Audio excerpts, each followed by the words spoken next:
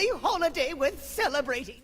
Hello, everybody. Welcome to Progress Day, the most consistent of all Runeterra podcasts on the internet. I am Mogwai, and I am joined by the children's card game Avengers. Introduce yourselves. How's it going? I'm Swim. You know, I do these podcasts with my boy Mogwai sometimes. Sometimes. Yeah. When they happen, you know, occasionally, every couple of months or so. I mean, it's been quite a while, but definitely a good occasion always. And with, Rubin here as well, I think it'll be very exciting. I am Petrus Panda. All you guys know me from casting with Mogwai most events, and also, I guess, Progress Days as well. Yo, I'm Fresh Lobster, also an occasional guest here on the occasional appearance of the podcast. Also caster, ladder player, tournament player, and I'm very happy to actually be sharing this podium here with Rubin, a very first time meeting you. Nice. I'm Steve Rubin, or as people know me as Riot Rubin Zoo. I'm a game designer on Legends of Runeterra, and I am also, I'm supposed to be a regular on the podcast. The last time the podcast happened... No, you're treated as a regular. You are treated as a regular. People have been saying, oh, he's a guest. No, but you... I got the graphic, bruh. Yeah, whatever it's been, but I'm back for my regular appearance here. My yearly regular appearance. All right, let's for anybody who's watching and wondering, TLDR, essentially we got Swimstream here, fellow content creator, Fresh Lobster content creator as well, an exceptional competitor who's now a washed up caster, my fellow co-caster and Petrus Panda, and the lead design. You are the live design lead, correct? That is still your position, Rubin, or? So I'm actually just the game designer now. I'm not the live design lead anymore. If anybody's the live design lead, that would be Alex Lee or Deadbolt Doris. All right. That's. I still work on live patches. Whenever we do a patch, like I'm working with Alex or others on it. But yeah, I'm not the acting live lead anymore. But I don't think that'll stop players from blowing up my Twitter every time I wake up. But I think it's actually very exciting because that implies that you are more involved in actual design. I do know that we're going to be talking about that soon, but I for those of you who don't know, Rubin was actually, I believe, the live lead for the design of the Akshan Viego champion and just the set in general, right? Is that correct?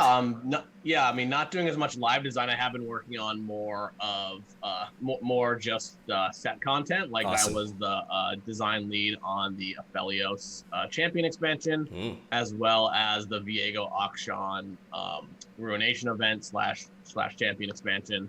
I have been doing some other stuff other than doing live. I also work on like what we would call my the final design team on Legends of Runeterra, where basically after initial design phases, when all the champions have been picked and the archetypes are kind of fleshed out, I work on getting everything tuned up and ready to go, like fixing bugs on it, like working on expeditions. I did expeditions for set 5 beyond the Bandle Woods, so that kind of thing.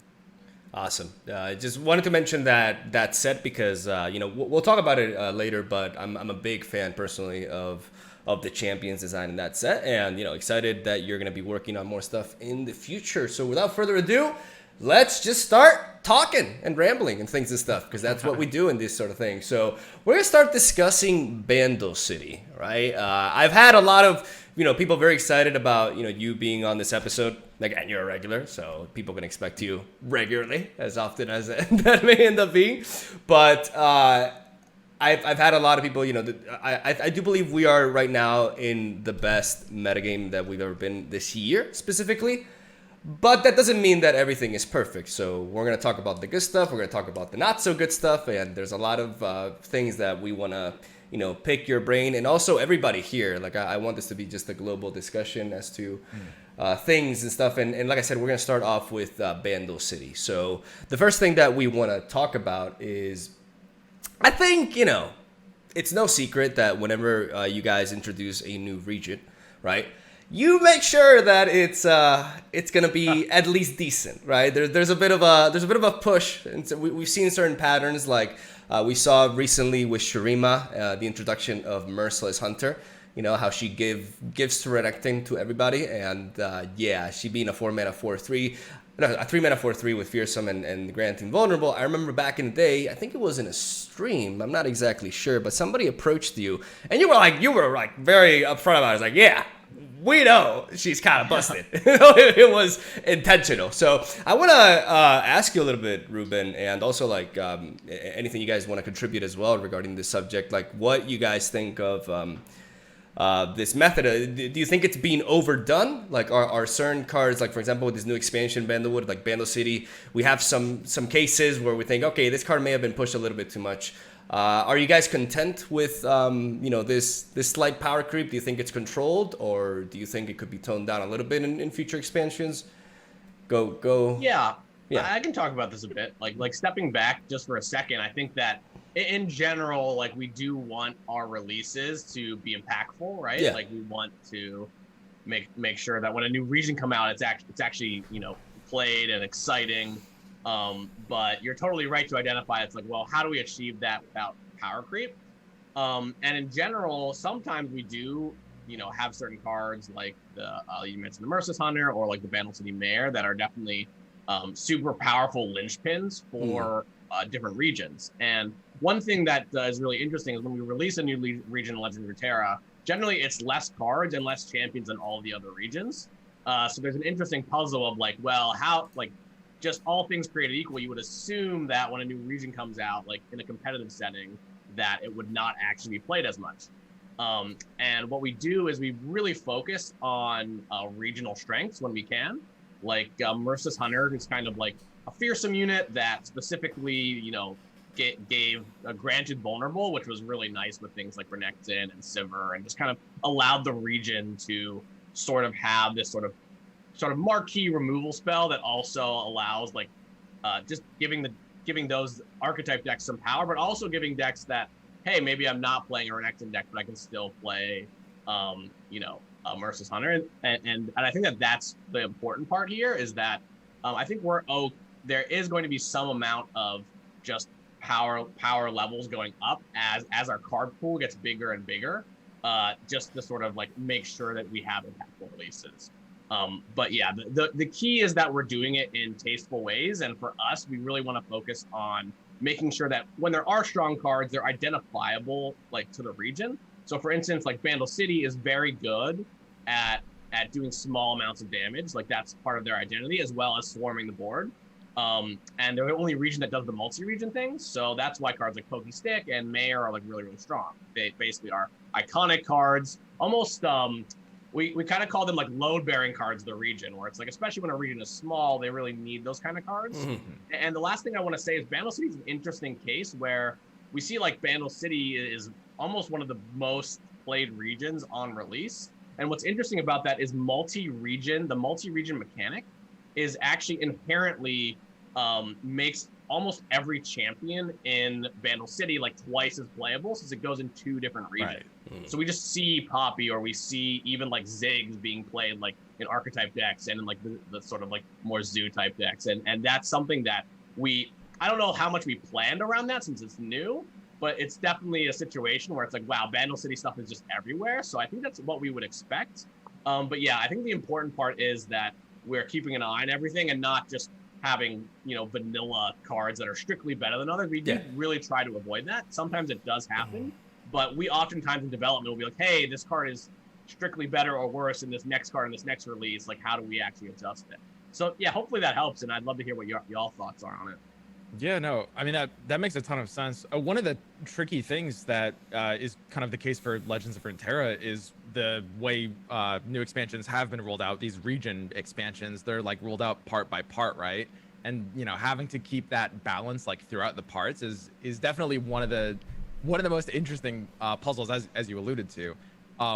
Which is, we've saw Targon and Shrima get progressively from like kind of weak to like the best region in the game over the course of their like 6-month stretches. And I mean, one of the things is I'm sure like some cards in Bandle will probably need to be nerfed as more Bandle cards get added, in the future, right? To kind of keep things even. Yeah. I just want to say that the release of I think with this expansion, we've definitely noticed that for the first time, the Bandlewood expansion was actually designed with the 3-part system in account. Like you could tell, you can easily tell. Like that wasn't the case for Call of the Mountain. It wasn't the case for Shurima either. Like we felt like a lot of these, especially with champions. I mean, it's not like Zillion finally is finding its place, but at the beginning, there's a lot of things that just did not really function because the card pool was incomplete. But this time around, you can notice that. And I totally understand how the Bandle City Mayor was designed with that purpose to kind of like bring up this sort of multi-region archetype and all sorts of different aspects of the region and have like a strong card, you know, at its core to make up for the lack of cards. This reminds me of the region invitational that we had where I was laughing at first because I saw, whoa, Fresh Lobster just nerfed himself, right, by having to pick Bandle City as a region, you know, to build around. But it turns out that he, you know, and I checked out his VOD and he thought the same. You thought the same as well at the beginning, but then you realize, well, there's actually a lot here, you know, because of the multi-regions and because of the power level of certain cards, you were actually able to build a very solid lineup with a more limited region, and that just goes to show. And I think you guys are definitely adapting well to that and adjusting well to like the partial, you know, expansion system you guys have. I wanted to mention going over the kind of the essence of a power creep in certain regions, and the biggest thing for me and the biggest problem for me with Merciless Hunter and Mayor, for example, is the fact that they're kind of, you can add them to a lot of different decks, and maybe they're too diverse in the sense where you can just build Bandle piles with just certain Bandle cards, and that takes away a lot of the identity of the region and the decks, because you can just add it to almost anything. Might be a good thing, but I think, you know, cards like Dancing Droplet or Ballistic Ball, when they got added, they really helped a certain archetype or a certain region in a very specific way. And I think power creep in that sense, where there's a very strong, you called it, I think, linchpin card, or I'm not sure what the term was. I think that was it, yeah. I considered it like a deck build around kind of, where it's one card where you look at this card and say, hey, this is very powerful. I want to build a deck revolving around this card, even though it's not a champion. And it enables a lot of different strategies. With Dancing Droplet, obviously got nerfed now, but initially I think it kind of gave some life to Recall. When I've talked a lot about that as well in the past. Is there kind of a fear of certain cards that are maybe power crept or very strong in the new region being too diverse or being too kind of vague in what they're trying to do, like Mayor, where you can just add it to any deck and it's going to add value and be a good card regardless of what you're trying to do with the deck itself? So I mean, what I would say is that I think it's a problem when it, you know, if it's a card that both is something that you would put in every deck of the region, and then also something that like another region would go and just like pretty much splash, if that makes sense. Because I think a good example is like the old Shadow Assassin, which we generally saw like players just playing Allegiance deck plus Shadow Assassin was like a very common deck. I think we saw like at least 3 different Allegiance decks that did that.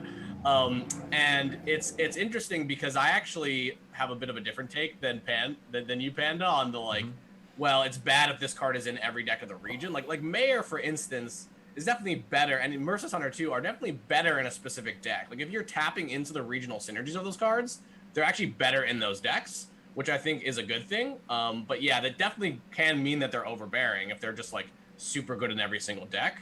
But yeah, I think as long as they, you know, have play patterns that are, you know, worthwhile to tap into the synergy, and they're also not just completely oppressive, I think that that's kind of important. But I would agree that like there's definitely a tipping point where it's like, well, like Mayor's in every single Bandle City deck. Maybe it's just too much. And to Swim's point earlier, it's like interesting because we want to make sure that you know, that archetype cards can exist, because at some point, you know, you run into problems where you have like a multi-region card, right? And it's like, well, if that is just so good, then when I'm in that region, I'm forced to do that thing, but I want to do landmarks, right, instead or whatever, and you can't.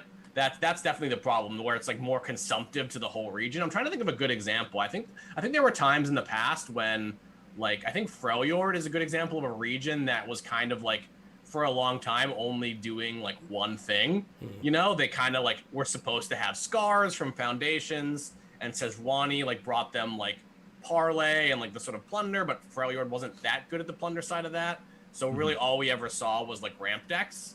I guess maybe I'm talking into a bit of a circle here, but what I kind of mean is like, imagine if Bandle City was just playing multi-region decks because Mayor was so strong. That's where it kind of becomes a problem. We're like, hey, maybe Freljord is like, I have to play Bladed Ravine in my Freljord deck or it doesn't work.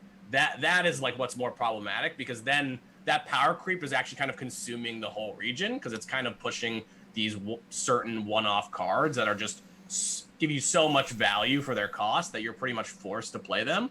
And that feels bad from like a deck building perspective, right? Where it's like, well, I want to play this region. What do I get? It's like, oh, I get Bandle City Mayor. Like, great. Yeah, I think I mean, when it comes to auto include cards, I think that there's definitely a place for auto include. I'm gonna use air quotes, not like true auto include, but like pretty much if you see this region, you're often gonna be wanting to run this card. Cards in game design, especially when they're attached to spells. Like one of the things that I've noticed about, you know, what you guys do at Runeterra is you try to have these like core spells for every region. You know, there's your mystic shots, there's your single combats, etc. And especially it's best with spells because the nature of those cards being auto include creates these play patterns where you can be thinking about what your opponent has and kind of like mind gaming them, right? Like the game of chicken between like single combat and Glimpse Beyond only really exists because both players know that the other card is in the other person's deck. Auto-includes are actually an interesting topic here. What I find interesting about the auto-includes of Bandle City, for example, a card like Pokestick, is that it's almost always a 3-off in any type of deck, whether it's aggro, like Zex Poppy Burn, or whether it's control, like Darkness.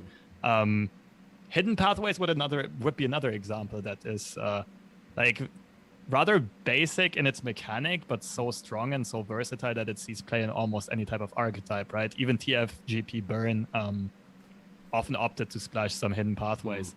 And therefore, I do feel like the Bandle City package is a bit predetermined in that regard. Otterpus was an early example that's started to fall a bit out of favor, though. And at the first few days, everyone played 3 Otterpus and everything. But I think part of that is also just, I mean, we all said it, the region is not complete yet, right? I think there's a lot more to come.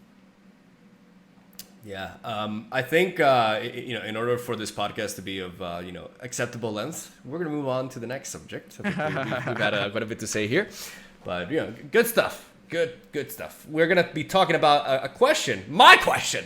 Hell yeah, that I'm actually really curious to see what you have to say about this, Rubin, and what you guys think as well.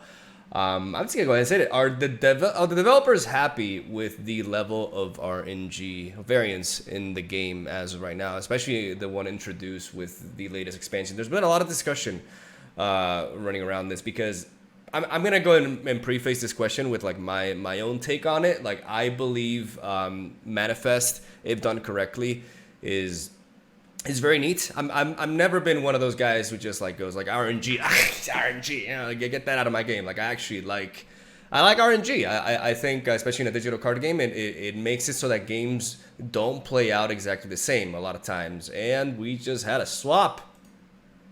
Give me a moment, because everybody, what happened there? All right, just give me Oh no. I'm playing musical chairs right now. No, I got this. There we go. Crisis averted. All right, we're back at it. So, like I was saying, I like the Conchologist a lot. I think Conchologist is a very good example, especially because it's also very rewarding to figure out. Like, I was talking with Panda the other day, how it turns out that, Conchologist is really good in a Noxus region combination. Like, there's good access to a lot of spells, figuring out, which regions are good for it, which ones aren't, and looking at the pool, adapting. Like, I feel like this sort of controlled RNG in Manifest it's skill demanding as well. It demands players to adapt to chaos and get the best out of it, right? Which is one of the reasons why some people play card games instead of something like chess, for example, the variance introduced. And I like that. But I think there's other examples that aren't quite as well, and I think you know where I'm headed. I could just start going like here. Loping Telescope is a very interesting 2-drop. It has a lot of discussion going on because, particularly because of the epic aspect of the manifestation, right? You can't. It's just, let's be real. No matter who you are. you can't really play around all the epics in the card pool, and as the card pool expands, that statement is only going to get stronger, right? So I don't believe Loping Telescope is an example of good variance in the game. I think it's a little bit too much. I think it's problematic, and I would really like to hear your opinion on it and what, maybe I'm not asking to speak on behalf of the entire dev team, but what do you guys, think? Yeah.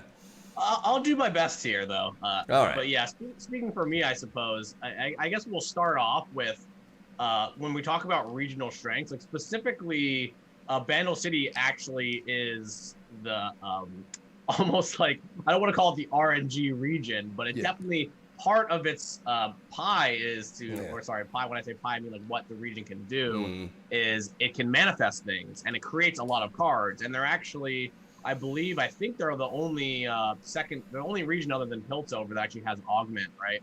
Which is kind of a small part of it, but it's kind of showing that like, yeah, they do the created card thing and they kind of do it the best. They have tons of card generation with like Mayor and Loping Telescope. They have a bunch of manifest as well, like to do that in addition to just like creating cards. So in general, it is intended that Bandle City kind of creates these situations where they're able to like manifest certain cards, and part of their whole thing is that is sort of like being a bit resourceful and being a bit quirky and fun is kind of what we expect out of Bandle City, because Bandle City is not anywhere specifically in Runeterra. It's actually, the portals to Bandle City can be anywhere. So the idea behind that is kind of like they can sort of pick and choose, create a lot of cards, and kind of like play a super shooting from the hip sort of, what do I get this game kind of strategy, which I think is really cool. I will definitely talk about Loping Telescope a bit, because I do agree with Mogwai around that. Like, I think that Conchologist is actually really nice in terms of just the play with, play against. I think that it does do a lot of cool things. It gives you a lot of interesting decisions, and then also gives your opponent the sort of like, hey, when it's a controlled pool like that, you kind of know what your opponent might be able to get. Like, if I'm playing against a Noxus deck, I can figure, hey, they might get like some small ping spell, they might get a pump spell. Like, that's probably what they got off Conchologist, in addition to like all the Bandle City options, right? And I think that creates, like Mogwai was saying it perfectly, is that like, yeah, it just creates more variance in the games, and variance actually isn't a bad thing in card games. I think there's a stigma against it from a lot of competitive players that every game should play out kind of the same way. And what Bandle City does really well is creates variance, and that does make each game feel a bit different. And then maybe in a certain situation, like Conchologist is creating a certain card that kind of gets you out of a situation where you wouldn't normally be able to get out of. I think that's actually pretty healthy. In terms of cards like Telescope is a tough case because it's choosing from 3 different pools. So I think already it has the problem of like, it inherently sort of is, I'm not going to say that it's like always a blowout, since I don't think it always is, but I think it sharpens those feelings, because it's like, oh, like I wasn't thinking that they could get, like, I saw somebody on Twitter post they lost to Right in Negation, for instance, and it's like, oh wow, it's like, yeah, that kind of thing can happen. I lost a game against Menasia on ladder where he got a judgment, but it's actually funny because it wasn't like a blowout judgment. It was like judgment your 2 1/1s, and then next turn that I shouldn't have attacked with, and then next turn Yordle on arms, and then I die when I was like completely winning. So yeah, that kind of thing is definitely tough to play against sometimes. I do think that it is sort of does sort of reflect the region. It's possible that Epic is not something that a lot of players are normally like filtering through. Because it doesn't actually matter in gameplay outside of the other card from Piltover and Zon, the Eminent Benefactor. So I can totally see why players can be frustrated by it. I feel like I've been talking a lot, and maybe I'm not answering the question so much, but to answer the question, I think we are actually happy with the level of RNG. I think that Bandle City is actually out to sort of create those dynamic games and those weird, quirky situations. That's sort of what they're all about. In terms of like super tactically, like I really like Conchologist, I really like Mayor, especially because Mayor's only giving you units, and it's very rare that it's just like some huge kind of like blowout moment is actually happening from it. And we'll see what happens as like the multi-region pool gets bigger, right? So yeah, but Loping Telescope, maybe there's some tactical things that we can learn from that in terms of like, hey, maybe we shouldn't have so many like wide pools on different manifest options, but Yeah, I mean, I actually really like most of the. So when it comes down to RNG, my philosophy is it's about how it's implemented. I love Conchologist for the same reasons that Mogwai was saying. Like it's very reactive. It's very skill testing from both a deck builder and like a player perspective. I actually I was a bit worried about pranks from the start, but I feel like the more I play around with them, they're at a bit of a lower power level. They're pretty like secluded to specific archetype, and there's plenty of skill expression. Like when you're playing Autopus, you're often not even playing the prank on turn 1 in a lot of cases, like we were all at the start. I think if there was just one form of RNG that was added in Bandle City that I do have a bit of an issue with, it would be Telescope. I think that, and interestingly enough, even though, I've been on the recipient end of like the ruination blowout from Telescope, I think I would say that, in my opinion, the bigger problem with Telescope is the Celestial pool, actually. Because, I think that having these, random, very rare blowouts from the Epic pool are actually, totally fine because they're so uncommon. But I think that the way the Celestials are designed, especially, the weak Celestial pool, the, 0 to 3 mana cost that Telescope can search from, are very kind of, hard countering specific things. Equinox and Crescent Strike in particular are just, really, really disgusting into certain board states, and having just easy access to those very commonly is something that I think is a little too much. I don't know. What do you think, Panda? I think the thing with RNG is, a lot of our experience with the complaints and the discussion around it comes from the competitive side of the game, which is obviously not something that devs necessarily have to cater to. Which I think for us here, I think we all acknowledge this a long time ago, and we understand this. But a lot of pro players, obviously, when they get blown out by a random Epic, they feel bad because they want to have just inherently full control over all the outcomes and decisions and be fully prepared for everything that's happening. But I think the game, like Rubin mentioned and Mogwai mentioned, card games, especially digital card games, and the world we live in now with how strategy games work, they need to have some level of not every single matchup playing exactly the same all the time. So all the cards you guys mentioned, except for Telescope, I think the diversity in terms of even the themes or the flavors of the different epics, it's too big a range of what they can possibly do, what the limits are, let's say. Whereas with Noxus and Contrologist, all the cards, like Rubin said, have a specific focus because of the region identity of Noxus, and you can know what to expect. And it's almost like live sideboarding, where you're kind of like, for each matchup you're playing, when you play the card out, you can pick the card that revolves around the matchup you're playing and around a card you would never include in your deck normally because it's too niche, it's too specific in what it does. But when you're playing against a certain deck, then it makes sense to pick this card, and you have value in that. And that's a skill set that players have to adapt to on the fly.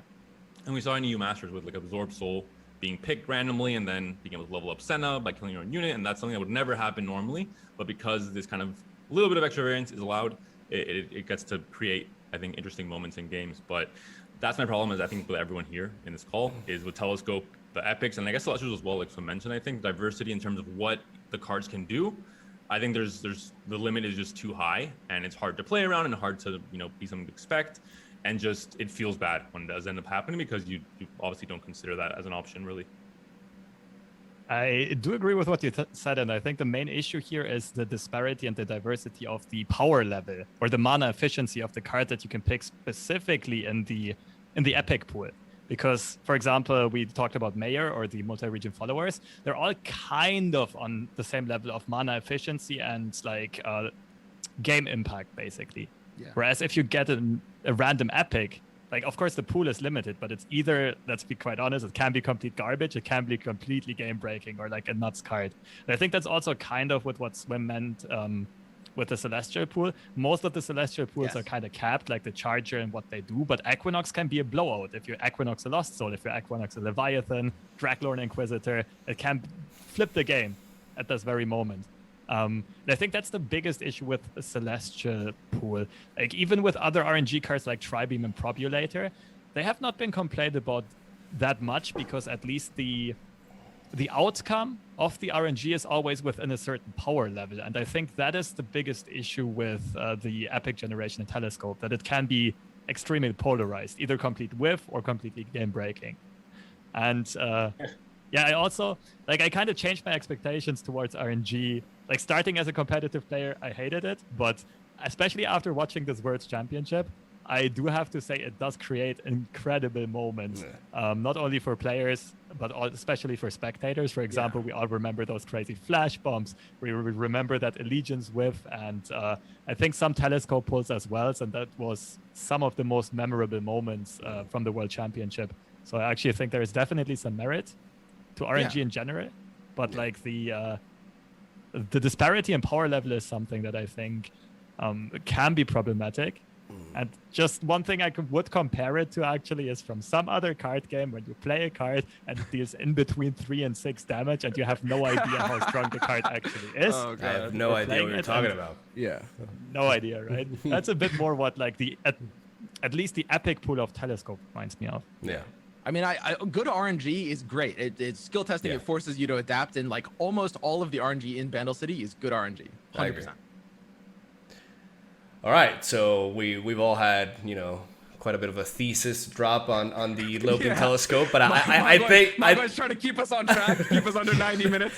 I think this was very important because this is like one of the most like requested topics that I've personally seen. You know, Loping telescope is a hot topic, and I think it is for a good reason. Now we're gonna move on to a question that is in a way, you know, kind of like a progression on the first subject, which is we're going to talk about the balance within Bandle City. And we're going to go very specific into certain cards that can be deemed a bit too much. And we have a good, you know, list right here. I'm gonna you know, mention the ones that I feel, you know, there's a lot to say about, right? And obviously we have the Bandle City Mayor, we have champions like Poppy, and then we have, you know, even the Lecturing Yordo. But I would go and say that 2 cards that can be, like, in my opinion, the 2 cards that could be more problematic as the game progresses and we get more cards are Aloof Travelers and Minimorph. I know not many people are complaining about Minimorph right now, but it is undeniable the metagame, like the it is a metagame defining card, English. And there's a lot of stuff that, you know, people are not talking about, but that it's keeping in the back, right? And I feel like the design of Minimorph, you know, a lot of people predicted this from as soon as the card was revealed, but it's proven to be, you know, it raises some questions regarding, you know, what's the future of removal going to look like? Are we going to, you know, because we passed the threshold. Once Minimorph became burst speed, it really changes so many things, right? So will we be seeing more cards like these? Will Minimorph eventually be looked into like other, you know, controversial cards in the past, like Unyielding Spirit were? And that's like my biggest, like, you guys can bring out, you know, any other card that I may have missed, but those are like the big 2 for me that I would really like to pick your brain on. I think that makes the most sense. I actually wanted to ask Rubin something specific about Minimorph, because like Mogwai was saying, the reason it's so powerful as removal is because it's burst speed. And I know that effects like silences and frostbites are usually not designed to be fast speed because of stack implications. I mean, would it be feasible from a developer perspective to have Minimorph be fast speed? So it would be feasible in terms of, like, I think that we can use speed as a lever for power, but generally our main indicator is just what I guess what I mean by indicator is what we generally do is we do use the speed that is best for gameplay normally. In the case of like a card like Hush or Minimorph or Frostbite you mentioned, that does mean burst speed. And just to like kind of explain that a bit, we do have some problems with sort of stat changes that go on the stack, because once those go on the stack, you can't actually put a spell underneath a spell that's on the stack once it's already on the stack. And that means that will resolve like in the middle of a resolution of other spells. So for instance, with a card like Frostbite, if Frostbite was fast, this is like a hypothetical situation I think a lot of players have like thought about in the past and talked about. But and it's funny because I'm re-remembering it since it's been so long. But generally, when those kind of cards go on the stack, it actually makes them less interactable in a way, because you're not able to use like a pump spell to repump the unit. Because what happens is if you sharp sight your unit, the Frostbite will still won't have resolved yet. So generally, when we do stuff like Silence with Hush, we're doing burst speed silence. And in the past, I think, just to answer the question a bit, in the past we've done things like Hush or Frostbite, which isn't actually removing units, right? Generally, we feel that units dying or dealing damage to units or killing units like Vengeance, that should not be at burst speed, because we want to give, like, our game is all about being interactable, right? Yeah. And we want to make sure that players have the opportunity to respond to those kind of things. In the case of Minimorph, it's interesting because we're asking the question of, like, well, if our ethos as a game is we're an interactive game, and then all removal spells you should have reaction to, then maybe it should be fast speed. But if we're from a consistency standpoint and from a gameplay standpoint, it feels better when these effects are burst, because that we don't want that weird stack interaction. Well, what do we do? With Minimorph specifically, I think Mogwai asked if we'll change it. I think it's actually unlikely that we'll change Minimorph. I think that if anything, for a long time we've had interactive spells that we've had, like, not that control is bad per se, but I would say that control has definitely been a bit lacking in Runeterra in the past, and some of our answers have been pretty weak. One of the reasons we do that is because, one, we have spell mana, which is pretty straightforward, right? Like, spells are a lot easier to play with because you get to bank mana on previous turns. But also, we want to make sure that players can kind of level up their champions, right? And have champions in play for multiple rounds. So it's kind of a really interesting question with Minimorph, but I do think that it is a healthy card. Like, maybe I'll get flamed for that, because I do think that on the other end of the spectrum, it does allow you to have interaction with certain cards that didn't really give you interaction before. And the caveat there is that Minimorph just sucks. Like, it's just not good, really, to spend 6 mana to then turn something into a 3/3. Obviously, there's probably certain strategies that are more hurt by that. Like, the more I care about just one threat, the more that's going to suck for me. But there's a lot of decks where, there's a lot of gameplay there where it's like, well, I'm playing against, like, whatever, like a Poppy Ziggs deck, and, like, my Minimorph is an actual brick, right? Which, that's not necessarily the best thing either. So I don't know. I'd love to hear people's thoughts, since I don't have a great answer, because it's basically, like, I think that in terms of will we see more, I don't think we'll ever see, like, a Vengeance style card be burst, I guess, is my answer to the question. I think that we could see more transform like this effects be at this speed, but that's basically specifically because of the silence and the stack nature of the card that it's burst. And it's funny because before this card was coming out, I thought the players were going to be so mad about it, given that our experience. I was like, man, like, should it be 7 mana? Like, because then, players were like, and I had conversations with the design lead around it too. It's like, well, I think we know that players might dislike this, but it does give us what we would almost call a release valve, which is like something that we print that into our game that allows certain, potentially toxic strategies to have counters, which is really important in our game. But anyway, I've talked about this a bit much, so I'd love to hear other people's thoughts on Minimorph. I agree with Rubin. I think it's actually not a card that, in my opinion, should be nerfed. And I think the only single real problem with the card right now, and why it seems more problematic than it is the play rate of Bandle City. It was the same with Hush and Targon. When Targon was the most played region, Hush was constantly complained about. Right now, no one says shit about Hush because no one's playing Targon other than in Nami Zoe, and there's maybe one copy of Hush. Once Bandle City, or if Bandle City, gets a hit in terms of balance, in terms of Mayor, in terms of Poppy, in terms of other cards surrounding Minimorph will be seen less on ladder, and decks like Lee Sin and certain champions that are currently, not really being contained, but in theory being locked out of the meta, we'll see play again, because you won't be seeing Minimorph, in 25 or 30% of your matches. And I think it's not the card itself, it's more just, the play rate of Bandle City that's really the biggest problem right now. I am happy that we finally get some drama rolling around, because I disagree. I disagree completely. Yeah. So, On this one. So I think one of the bizarre things about Minimorph is that on paper, like, I'm just like, no. But then it turns out that the current effect that it has is actually not bad, because a lot of the things that it's shutting out are things that I don't particularly miss, and I know a good portion of the community doesn't. Like, Lee Sin is not really Like the fact that we're seeing Lee Sin being played more now in a deck that doesn't go all in with the overwhelm kill, you know, like with Bandle City, is I feel like the first time Lee Sin is actually not incredibly toxic in a deck, you know, like it's actually just a good champion that provides support, right? So there's a lot of things that Minimorph has undeniably taken out of the meta. Now this can be because of what you said, Panda, that obviously because Bandle City is the new region, it's really popular, and therefore it's a very important card. But the big difference between Minimorph and Hush is that Hush is silencing something temporarily. Minimorph, when you hit something like an Arsenal or even stuff like Senna, even any sort of like 5 or higher sort of champion or big follower, it's a vengeance, right? It essentially accomplishes the same as a vengeance, except it leaves a derpy little body behind, but it's still removing. 6 mana too. Exactly. It is removing that unit, and it is doing so without any sort of interaction. I have a hard time believing that as we get more content, you know, and we get more cards and more, that this card is not going to be problematic. I just feel like it's like right now it really isn't. Like the stars kind of align, and it doesn't feel hyper toxic, but there's no way it stays like this. That's how 100%.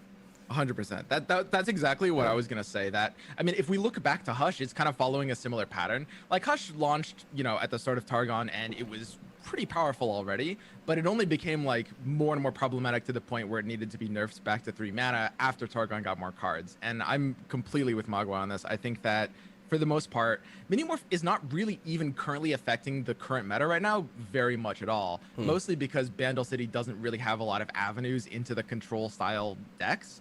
Right? Like it's in like darkness decks and like prankster shelfhook kind of decks. But as Bandle gets more tools, I mean, as I alluded to earlier, as you know, we release more parts of regions, the previous parts of regions will kind of have to get nerfed to compensate. It's kind of the only way to keep new regions at a balanced level throughout their multi-step launch. And I think that Minimorph will have to be one of the ones hit eventually. If not now, maybe like 3 months from now. But I mean, long term, I don't think it can stay at 6 mana. I mean, that's I'm gonna add quickly. I don't think it's not that it's completely fine as a card. Maybe that was a bit, but I think that it's being becoming bigger as a problem because of the play rate of Bandle City and because it's for 30% of the meta. Then it kind of like Hush in the past. If it gets nerfed to 7, I won't be crying in a corner. You know, I think that's okay. I wouldn't be against that, let's say. But I think the biggest problem is not so much right now the card itself. It's more just, you know, this whole idea of locking out certain champions is because it's being played so much. So you're just thinking, you know, this is going to be going well. I can't play Lee Sin because Minimorph exists, and it kind of creates this lack of diversity with, like Rubin said, these kind of not toxic, but these strategies where you're going all in. And like Mogwai said, where Lee Sin before, you're all in on Lee Sin. If it gets countered, you're done for. You're not going to win the game with either Dragons most of the time. And now that maybe this makes new strategies like Fizz Lee Sin, which kind of doesn't go all in on him. So I think there's 2 points to the argument. I think it's good to have something that controls that certain aspect of the game where Lee Sin can't just do what he wants and take over games and not have a direct counter. But also, yeah, maybe it could cost more. I'm not against that either. I actually have a bit of a different question towards Rubin here, because we've mainly been talking about the balance and the strength of the card. What I'm often wondering is, to what extent do you actually consider the fun aspect of the card? Because that's what I feel like with Minimorph and the Loop Traveler specifically might be a bit problematic. I want us to talk more about a loop, by the way. Just want to segue, like, just saying. Okay, we'll put it together. Minimorph and the Loop, I think they go in the same bag here. I feel like playing the card yourself is less fun than it is frustrating for your opponent to play against it. And like, yeah, if you look at the equation, maybe overall it's a bit more frustrating than fun bringing to the game. At least that's what it sometimes feels like to me. And I was gonna ask you, Rubin, if that's anything you consider in detail when designing those cards. Yeah, I mean, we obviously consider like how play patterns feel. Like we have a whole gameplay analysis team that does a really good job of like, you know, creating what a meta might look like and sort of working through like, okay, like, you know, how do certain decks feel against each other? How do certain cards feel like within new and old meta games? In terms of like Minimorph, it's just an interesting case because I think that like a lot of things are aligning for Minimorph to be frustrating, like specifically the burst aspect of it. Like I know like Mogwai mentioned like, well, really sucks to get your Senna Minimorph, but that's virtually the same as getting your Senna Vengeance. Like, you know, I don't believe the deck does Senadex play any like stop spells or like Glimpse Beyond or anything that actually? But just want to say with the burst speed, Senna can't like react with fast speed spells, for example. Right, it's just right. I was emphasizing on the burst speed aspect of it, but but I'm basically agreeing where it's like the problem is that it just feels worse when it's burst. Like even if I don't have a reaction, I almost want to see it on the stack so I can kind of like process what's happening and not have the Pikachu mini I like that. like wait, what the hell just happened? So I guess what I'm getting at is that I think that we do consider like how like the play against is what we call it on the design team. Like how does the play against feel? And we know that mini morph is pretty sharp, and it's possible that I agree with Swim that potentially at some point it can go to 7. It's just weird because I think that we do want Bandle City to have that transform strength, and sometimes that means having like when we look at like Merciless Hunter, sometimes that means having a card that is a little bit better so that region does that thing well. And there's a lot of things that are like not that they're going against mini morph, but it's like it can be really frustrating to play against. So it's definitely something for us to think about. I don't know if that goes away if the card costs more, which is kind of like maybe that is underlying like a different problem where it's like, well, like the only answer is to just like kill it, like make it cost like literal like 8 or 9 mana. But that's tough because it's supposed to be like a regional strength, and maybe we'll see like as more cards come out, we'll see that sort of be more pursued. What was the second part of the question, Lobster? It was about aloof or. And that's part of mine too. So you can just go at it. Like, what do you got to say about aloof travelers? It's another very, very interesting. Like, I know, for example, like my girlfriend Shermie just absolutely despises the card. And every day I wake up, I was like, they need to nerf aloof travelers. And I know aloof is definitely better than I expected. I'm not sure like if I have to ask the design leads how they thought about it. I do think that aloof in general can be frustrating. Personally, I have really liked the hand disruption. Maybe I'll get completely flamed for this, but I really like both prank and aloof in the terms of like when I'm playing with these cards, like, I prank you once, maybe I prank you again. Like you have 6 cards and then like, okay, I've seen 3 of them. I know that those other ones probably aren't champions. Then I play like an aloof and you discard like whatever. And then I almost like can know what's in your hand without you revealing it. I feel like that play pattern is pretty unique, and I really like how we did hand disruption in that vein. I think what's maybe more problematic on the aloof side is that like that is not here's something that I do hypothetically when I was used to be a live design lead is like when you think about a card with a come into play effect, like would it still be good if the card was just a 1/1? Like if it was just like the body didn't matter at all? And that's where we get an interesting space with aloof because it's like the thing that it's doing could just be a card on its own, but you're also getting a 3/4 that draws you a card. So it's kind of tough in that regard, where I think that the effect is, frustrating. And that's something we actually are looking at right now. I'm not promising that we're going to change it, but we're definitely considering that, like, hey, maybe it shouldn't hit champions, or maybe it should specifically, like, not be able to, like, maybe it should go on the stack or something. I don't think we'd make that change, but like it happening at burst speed is kind of another thing that can kind of get a big fast spell or something like that. But it is sort of a situation where it is the problems with this card are amplified, I guess is what I'm trying to say, because it's a 4-mana 3/4 that draws you a card. Like if it was a 4-mana 1/1, it's like, oh, my opponent actually invested in this effect. And that's where we run into problems, especially because it's also multi-region, so it can be discounted by Mare, and like triggers the Bandle tree. So it actually is both drawing you a card, disrupting your opponent, and contributing to your synergies. So, it's definitely, maybe I'm talking it up for a nerf or something. I'm not, but I'm basically just saying that, I think we're aware and we actually agree that this card can be a bit frustrating. How we're going to prescribe a fix, or if we will, I'm not sure, but definitely something we should look into, because I think that card surprised us a bit with like how good it was. Just maybe it's like, hey, it's like, Steve, obviously, like, did you read the card? Did it surprise me? I don't know. No, it surprised me a bit, honestly, because it's just so, it's so expensive. But yeah. No, I just want to say real quick that I God damn it. That just real quick. That I personally, I'm a believer that just a stat reduction would fix it. Like I like Prank more than what Aloof is doing.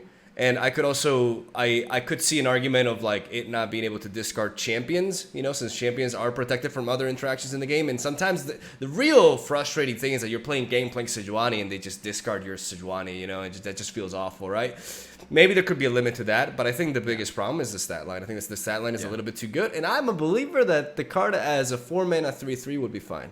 But maybe I would actually sooner see it as a 2/4. You know. Okay. We don't see enough 2/4s in the game. Well, I mean that's fair. More defensive stat line. Yeah. Well, Panda, what were you gonna say? I was the same as Mogwai, thinking that just a stat reduction because it's a very strong effect plus a very strong body, and obviously the auto-include nature of Bandle City right now, then it makes it kind of a big problem. But Rubin, you mentioned the champions are not hitting champions, and suddenly I'm a fan of that idea. I think going into the unfun or like the play against aspect of things, when you build a deck around Gangplank Sejuani or like a certain Vi even in Shelfa, for example, and it gets discarded, it just feels really bad. Especially when there's ways to make it happen multiple times in a game. With Mayor getting loose as well, and I've seen and I've casted over, you know, in EU Masters and Worlds, just back to back like Gangplank or Sejuani discards, and that just feels completely oppressive when you look at the body that's doing this to you as well. Then it just really adds even more insult to injury. So I do like that idea. I think it's a very elegant way of making it maybe a combination of not hitting champions and maybe like a 3/3. I think would make it a very interesting card because it does add a very unique element that no other card in the game really does in the same way. But now it does feel a bit overtuned to what it can do and the disruption it can do to your just general strategy for some decks at least. Yeah, no, it's a really tricky one. I mean, I gotta say, I'm pretty much on the side of, you know, what Ruben was saying about Aloof being good. I'm actually pretty pro Aloof, which might surprise some of you guys. It is a doesn't surprise me. You're degenerate. Yeah? well, hang on. You know, you and I were both agreeing that, you know, Minimorph was a little too like non-interactive. Yeah. But just messing. Aloof, I think there's a really big difference between Aloof and Minimorph. Aloof is definitely something that you can start kind of like playing around at a certain point. And I think that, you know, with Bandle City being a pretty recent expansion, like a lot of players, especially like, you know, like less tryhard players, you know, players in like mid-lane ranks or players in unranked are kind of at the point where like once they've seen the card enough that they can start like thinking about playing around it. And there's a lot of ways you have to like sequence your plays around Aloof, right? Knowing that it could come down. And it also affects deck building in interesting ways, right? I mean, that's part of the reason people started running Field of Rush and Gangplank Sejuani was to protect their Gangplank Sejuani. That's a good point. I mean, maybe you guys will disagree, but I kind of have a theory that one of the reasons we are in a mid-range meta right now, and we are in a very mid-range oriented meta, and I think everyone I've talked to agrees that mid-range oriented metas are kind of the best ones. I think one of the big reasons is because of Aloof. Aloof is kind of a card that by design sort of forces more mid-range value oriented metas. You know, to try to block it, you have to like put slightly more expensive cards in your deck. It's got like a powerful body, so it's not, you know, you're not folding to like aggro decks because of it, and it has some really positive meta implications. Yeah, I agree with that. I think you know, I think we do need to move on though, because we've been at it for quite a bit, and we've spoken. But hey, I think people will be happy because I know, you know, we had to talk about Aloof Travelers, and we had to talk about Minimorph. But actually, can I say one thing real quick? Yeah, go. I know we're time gated, but I think that like overall this launch was pretty perfect. I think for the most part, something that people forget is that nerfs come down to timing, right? Like as much as like I think that Minimorph is fundamentally unsustainable, I think Mogwai, you'll agree that it doesn't really need to be nerfed right now. Right now it's fine. I'm not unhappy that it launched at 6 mana at all. Not in any way. But both me and Mogwai were saying like it might need to get nerfed in the future. The same is probably true even of Merciless Hunter. Like it would have been nice if Merciless Hunter was nerfed a bit earlier than it was, but when it launched at the time before Treasure Seeker was in the game, like when Shurima only had a couple of decks, having a power card that enabled Renekton Overwhelm and that, you know, made Shurima on the map, I think was fine at the time before it got kind of carried away. So I think that with a lot of these things, with Minimorph, with Aloof, I mean, the Bandle City expansion launched at like almost a perfect power level. And if nerfs come down to these cards later, then I wouldn't have wanted them to come down earlier than that, you know? It's very important to like, before we start talking about the next subject, like I just want to like really quickly say that the reason why I say this is the best meta this year is because even though there's definitely like quite a bit of power creep and there's some, you know, annoying aspects to some of the cards from Bandle City here and there, we don't have a situation like I still very, very well remember the Azir Aurelia meta. And I just like there's just such a big difference in the way I approach the game, like my attitude towards it. Like now I'm excited to ladder, I'm excited to play. And that wasn't the case with Azir Aurelia. It was just because the entire game revolved around one deck, and the way they've released Bandle City is like, yeah, the region is pretty good, I've been told, but it's doing a lot of different things. There's a lot of different decks, and it's really spread out, and you never see the same thing too often, right? So I definitely do agree. I think the power creep and everything, like, it has been close to perfect, and it would be weird for there not to be some, you know, toxic cards to talk about, right? But for the most part, it's an amazing expansion. I think I believe this is the best expansion. I believe it surpasses 100%. even Rising Tides, which I didn't think, honestly, like, I'm gonna sound like a dick, but I didn't think, you know, they were gonna be capable of that, but they were. And because, you know, I wasn't a big fan of Call of the Mountain, for example, right? But this expansion is the shit. And I think it's important to say. You and I are on the same wavelength in all of them. The reason I like the meta right now is there's no Targon. I don't know about you guys. I think Swim, we're all in agreement. I think all four of us. So. It's been that case for a while. Targon. Even Targon players don't like Targon. I don't. I remember like actually being excited about seeing the Fangs in Worlds, and it didn't really do much, I think, but whatever. All right, let's move on. We're gonna be talking about the 20th of October patch, expectations and general overview. I'm gonna go with this first question, which is very clearly a Panda question. Like, I understand that parenthesis right there, because essentially just to TLDR, Panda misses Dancy Droplet. So let's talk a little bit about that. Are devs open to revert nerf balancing? So prior nerfs that have happened to, you know, go back on them, which we have seen happen in the past, right? But we haven't seen that in a bit. And it says here, you know, applicable to stuff like Stalking Shadows and Dancing Droplets, cards that were nerfed that some members of the community perhaps feel like they could be ultimately reverted. So what do you think? I can preface this just 1 second, Ruben. I think Swim, at the end of the last discussion, perfectly linked the two kind of topics, because he talked about nerfs and balance not happening on just a timeless scale, but in certain pockets of time and in certain metas. Certain nerfs are, you know, a card can be fine in one meta, but it needs a nerf in another one, depending on how the meta shifts. I think with Make It Rain, this was applicable with how you know, powerful Bilgewater was for a time. The Make It Rain nerf happened, and at the time it was, let's say, rationally correct. It made sense. Objectively correct. It made sense, yeah. But once Bilgewater went down to 3% play rate, then I think it was correct to buff it, and I think it's still correct, and I agree with the buff the same way I agree with the nerf at the time. And I think the same thing, and then the question kind of revolves around, especially with like deck building cards like Dancing Droplet and Stalking Shadows. At the moment that Stalking Shadows is nerfed, it affects so many decks. It affects a lot of deck building diversity. It affects a lot of, you know, a lot of archetypes get hit, not just from a power level standpoint, but from a, you know, the options you have in Shadow Isles. We saw a huge decrease, I think, in the diversity in the Shadow Isles decks you could build because of that singular card being nerfed. If Ballistic Bot would be nerfed, it would be the same case. I think these are very strong kind of build around cards.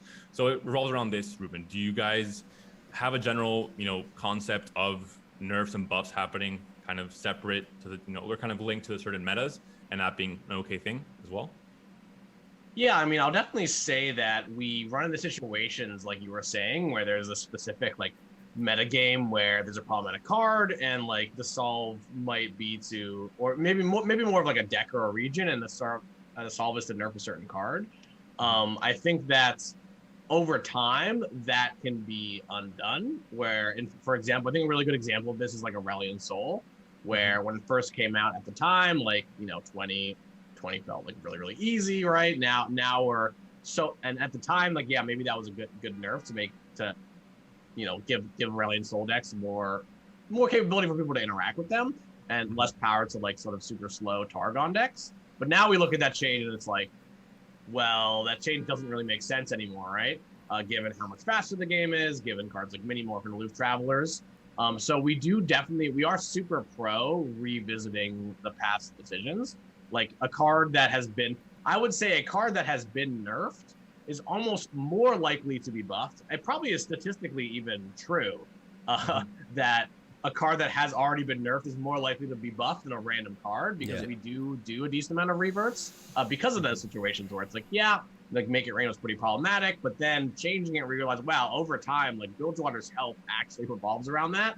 In that case of Make It Rain, I actually think that going back, I wish we just wouldn't have made that change and tried to do other things, because that was the kind of change, like when we don't in a perfect world, like we don't have to nerf anything, right? Like so I think that that's important to like sort of vocalize and try for players to internalize, where it's like, I don't think we like nerfing things, right? And I think that even recently we've been nerfing more than we have in the past, because we're trying to focus a bit more on just like having our patches introduce a bit more variety. So in general, part of that is actually to look at some of these regions that are doing poorly, like you know, and by doing poorly, I guess both talking about play rate, like when Bilgewater drops down, revisiting and Make It Rain, or in Targon's case, like yeah, they've dropped down pretty severely after their nerfs, and maybe we can come back in. And I think that it's an interesting push and pull, because if you look at the history of all of the changes, it's almost like, I think Swim was alluding to this, where it's like yeah, Targon was good, and or like Bilgewater was good and it got nerfed, and then Targon was good and it got nerfed, and Shreem was good and it got nerfed. And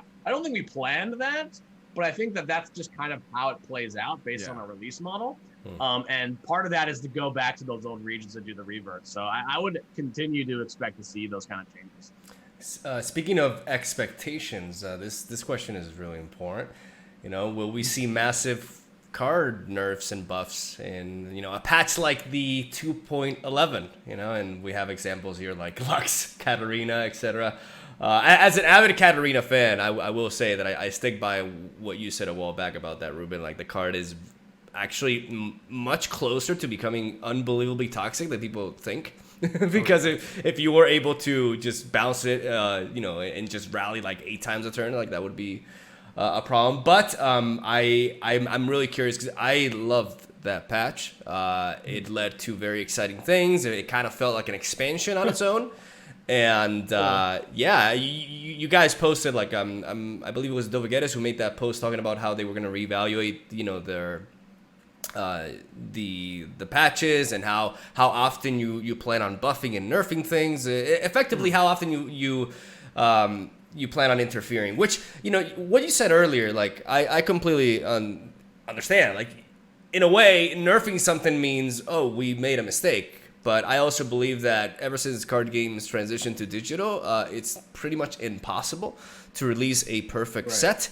And I think that catering to the strength of a digital game that allows you to make these changes often and allows you to effectively introduce new content without actually making new cards through balance patches every now and then is something that really has made, it's one of the reasons why Legends of Runeterra has been the card game that I've stuck with personally, and I think I'm not alone in this statement. So what do you have to say? Are we gonna see more 2.11s? Please say yes. So yeah, it'll be, I don't want to overpromise here, but the most similar, it will be more similar to 2.11 than it will be of other patches. Okay. Even like internally, we're calling them variety patches instead of balance patches. All right. I don't know, that doesn't really mean much, but I think the mentality I get it. is shifting a bit, where we're more interested in doing sort of like lower changes that are not necessarily going to impact the meta. Like, I really liked last time I pitched the idea of like, let's just buff one champion from each region.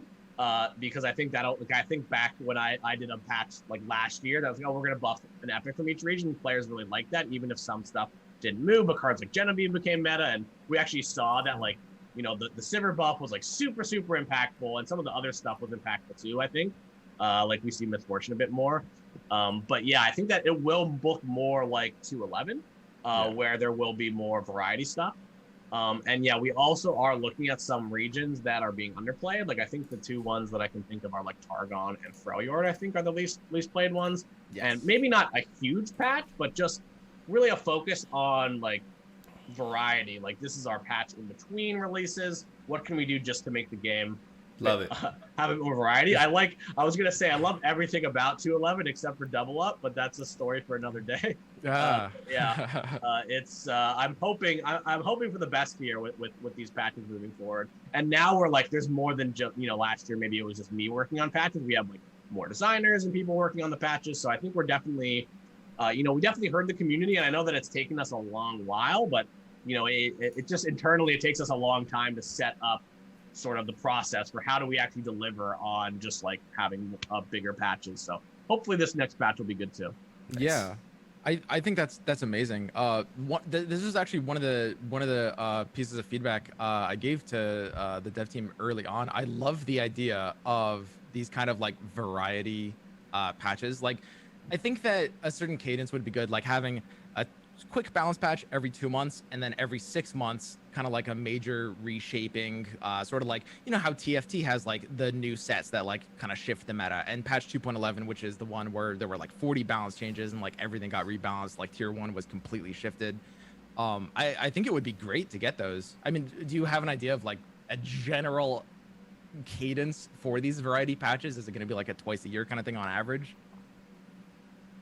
So I don't know how deep I can actually go into it now. I was expecting. You tried. You tried. I had to try.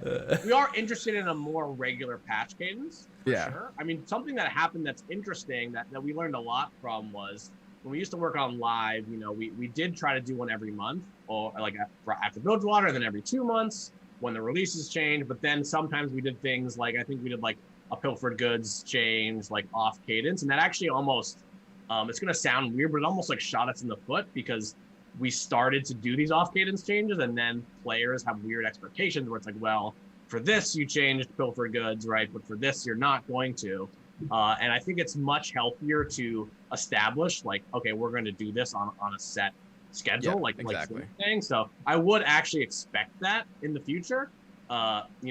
Hopefully we'll have some more details in the next patch notes about that. When I say the next patch notes, not 2.17, but 2.18. I think 2.17 is coming out soon. I don't know. It's not a balance patch. It's not the next patch. Yeah, it's not a balance patch. I cry every time. All right. I just want to go and mention, because after doing these balance survey, many months in a row, and talking to Lobster on some of the latest ones in the videos, we went over it a lot. And kind of the variety patch, when it happened, it kind of created a big discussion point, because I think, and I've been behind something like this for a long time, because I think it's something that's not risky, I think, from your perspective, Ruben, of when you make a lot of changes, you can't really maybe playtest all of them, or you have to think, what implications do each of these changes have, not just in a vacuum, but in relation to the rest of the metagame, and it can be kind of dangerous to some extent.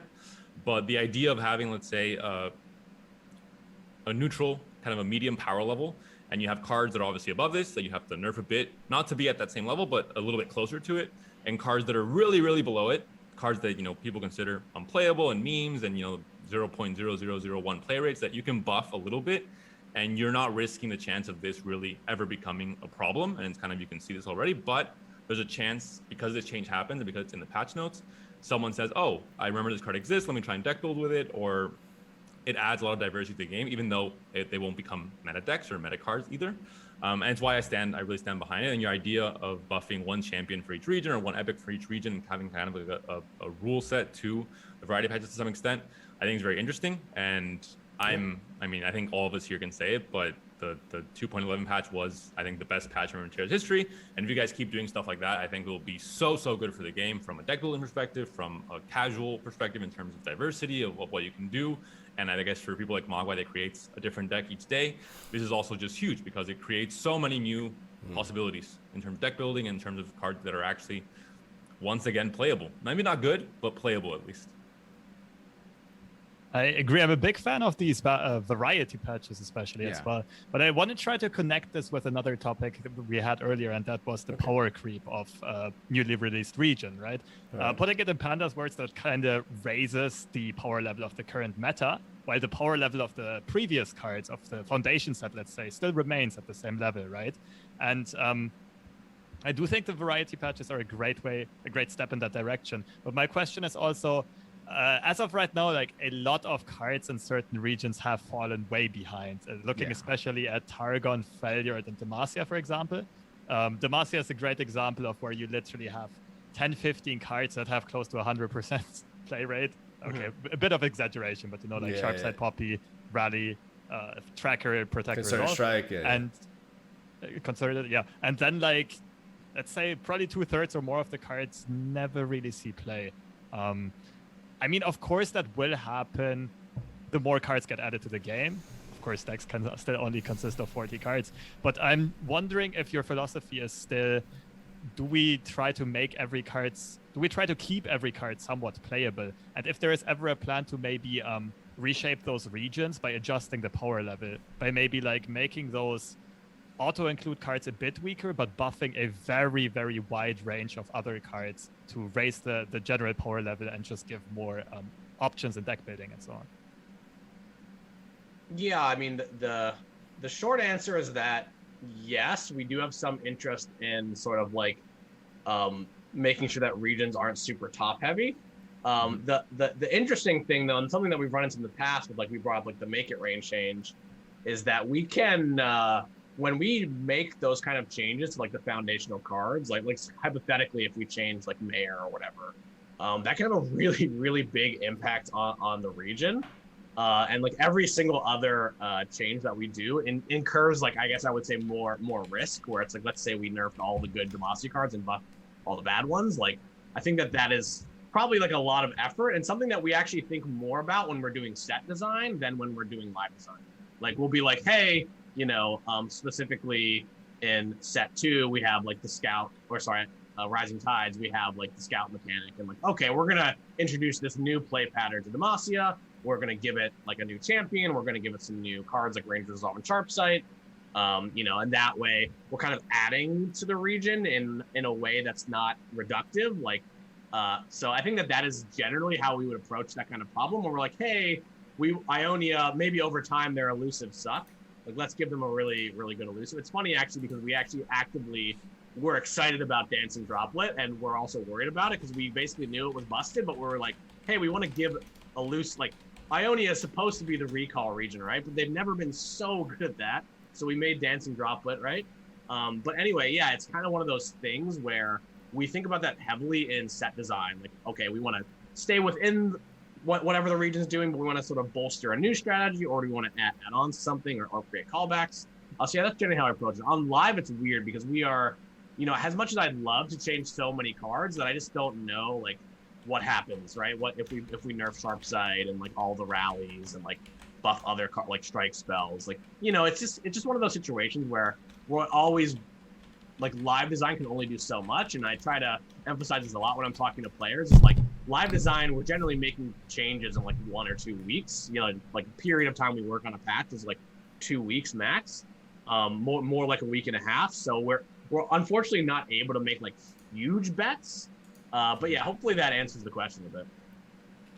Yeah, that's I definitely am looking forward to, you know, just honestly, I just want another 211. Like, I'm gonna be honest. Like, I really I would like to see a bunch of changes, and just you know, the game, the regions being spiced up a little bit. I wanna, before we finish, I wanna have one more subject to talk about. And then what we can do is all the other stuff that we had in mind, we can just cover in the next episode. You are a regular, are you not, Steve Rubin? There you go. Yeah, I can't wait to be on the show again in 2022. Yeah. Oh, yeah. Same time next week. Yeah. You know, I'm not gonna promise anything on camera because I'm done looking like an idiot. But I'll talk with you guys after. But because I have some cool ideas. Regardless, this is something that I wanted to bring up because it's definitely a very interesting subject, and that is the rising complexity in design and player agency from foundation set to current expansion. So there's some good examples here, like champion designs such as Action and Ophelios, and follow designs like Curious Shellfolk, right? I'm a big fan of these designs, specifically when compared to other champion and or archetype designs that are a little bit more rigid in regards to not only piloting but also deck building, right? Especially I think foundations. Yeah. So the question is very simple. Can we expect more Actions and more Ophelioses in the future, or Opheliosai. Yeah, I would say totally. It's like, as the game has gone on, we definitely have like y'all mentioned Powercreep, we definitely have a complexity creep where we almost know that the game is going to get more complex. And it's one of those things that's like almost inherent in TCGs or CCGs, is like this idea of like over time, more complex mechanics being introduced. I think like Prank is a super complex mechanic, for instance, that we never would have made that in Foundations or Rising Tides, I imagine, but is like totally cool for now. In terms of champions, I would expect to see more. And with champions, we really try to cast a wide net where we are serving all sorts of different player archetypes at the same time. That's exciting. And when we say player archetypes, we're just talking about all sorts of different players who, like some of them are combo players, or some of them are like love to play big units, and some of them love like the sort of Aphelios style, like super planning oriented type player. So I would say we would continue to see them. I think we're not necessarily going to shy away from them, but also at the same time, like I wouldn't expect every champion forever to be Akshan or Aphelios. Yeah, no, we need the Timmy champions as well. I definitely agree. But I am excited to hear that, because it's not even just about complexity. It's about like the wide net analogy that you threw out, right? Like also because I would put champions like Swain into this category as well, right? Like champions that can just go. Perhaps Draven is the epitome of this, right? Like he goes everywhere. Maybe because he's very good. I by the way, leave Draven alone. Don't nerf Draven. I don't want you guys to nerf Draven. I don't know about you guys, but I see people bringing it up, and I'm like, no, just leave it be. I don't know what you guys think about that specifically, but ultimately, just very excited to see more champion design like that. Even if it is Aphelios and it's just absolutely busted and it has to be nerfed, no longer played. But it's some really really good stuff. Like I will say it as many times as I need to. Like I was a big fan of the champion package with Action and Viego. So I think that's where we're gonna leave it at. Look at us, just keeping it under 1 hour and 20 minutes. That is just that is crazy. That's a record. I am so think. proud. We're I'm gonna take all the credit for this. Progress day any percent. I think especially with this length. I would actually like to make this a regular thing, and I think it was pretty smooth in the setup as well. You know what the key thing is? Have Panda prepare these questions. I think it takes a lot of load for me, is that the key thing? Yeah, I think that helps out. What a surprise, Mogwai. I think that applies to a lot of the content you do. Wow. Okay, putting me on the spot. All right. Well, good place to finish it up. If you guys have any last words. Sounds a little bit dramatic, but go ahead. Last words? Yes. Yeah, no way. Oh, man. I mean, I honestly have just nothing. That's it. Good. Awesome. All right. How about you, Lux? I'll just say I do very much agree with the sentiment. This is probably the best meta we've ever been in, and I want to give huge props to Rubin for not only the design on champions like Akshan and Viego. I also absolutely agree that it's like the perfect philosophy behind a champion that kind of is already impactful when he's played, but takes a while until he really takes over. And in that time is very interactable. I think that applies to Akshan because he's not OP until Warlord's Horde is done. Viego, he's not OP until he's leveled. Really big fan of those types of designs. Aphelios, of course, was OP at the beginning a bit, but now the same stuff applies to him as well. And also thanks for like joining the community and being willing to go into the crossfire of our questions here. And, just appreciate it. Thank you. I guess on that. Oh, go ahead. Go ahead, Ruben. Oh, I was gonna say, I just wanted to call out that it's really. I appreciate that y'all like Akshan. He's definitely my baby, but I think that it's a real team effort here. So it feels weird to get all this credit for the meta. There's definitely a lot of people that put in a lot of work, like the set design leads, like James Hanna and Alex Lee were the leads on Bandle City. So definitely big props to them. So I just wanted to make sure that I got to shout them out. No, I obviously everybody like nobody else exists but you. Like only you're the only developer, so keep that in mind, viewers. We only have eyes for you. Yeah. I think the reminder that Lobster gave, I think, is important because obviously podcasts like these, especially when Ruben comes on, are going to be kind of going into the criticism of the problems. But especially in this meta, I don't think it even has to be said because I think it should be obvious for a player of any level. It is by far, at least in my opinion, the best meta we've ever been in. And it is important to remind, I think people watching this that although there's a lot of like, oh, Minimorph, oh, Aloof, oh, Mayor, all these things are bad things, it's because it's the talking points and there has to be some discussion, obviously. But overall, I think the sentiment is very good. And I'm at least, very, very happy with the game and very, very excited for the October 20th patch, the variety patch, I guess now is the official name thanks to Rubin. But I think it'll be very exciting and will make the meta even better, possibly. You guys are making my last words seem kind of dumb now. You did that to yourself. Okay. Just like at World Swim, it's the same. Worlds. Come on, man. Couldn't even take advantage of the last play. Oh god. All right. Okay. Wait. Let me get in one quick. I do think obviously best meta of all time, hands down. Best expansion of all time, hands down. I do think that this is currently the meta, and the representation of worlds was pretty hard carried by the last two balance patches, specifically the 1. What was it, 1.12? Sorry, 2.11. Right? I got the numbers scrambled in my head. Yeah, 2.11, which basically just like shook up everything. I love every single patch note on that at this point in time. And the hotfix that came in like right before Worlds was a massive hard carry. Like major props for you and anyone else who happened to be involved, because that, especially like pushing it through before Worlds. Worlds was so good. It was one of the best events ever in card game history, as far as I'm concerned. And it would have been so much worse without that hotfix. Yeah. Dodge the bullet. Nice, thanks. I worked on that patch, or both of them. So. Amazing as a community seeing that you guys are like care about this and respond to these things, because like the game's in a great state right now. And that'll be that. So thank you guys for sticking around, and thank you for watching. Hope you enjoyed. I'll make sure to have had all the timestamps. I know how to do that now with the description and everything, because I'm professional and all that stuff. So yeah, stay tuned. Again, fuck it. You will see more. You will see more than one progress day this year. Oh no! So stay tuned. I just jinxed it. 2 per year. We're doubling down. All right. So yeah, I appreciate it. Hope you guys enjoyed. Stay tuned for regular content. We'll be back at it soon. So yeah, cheers.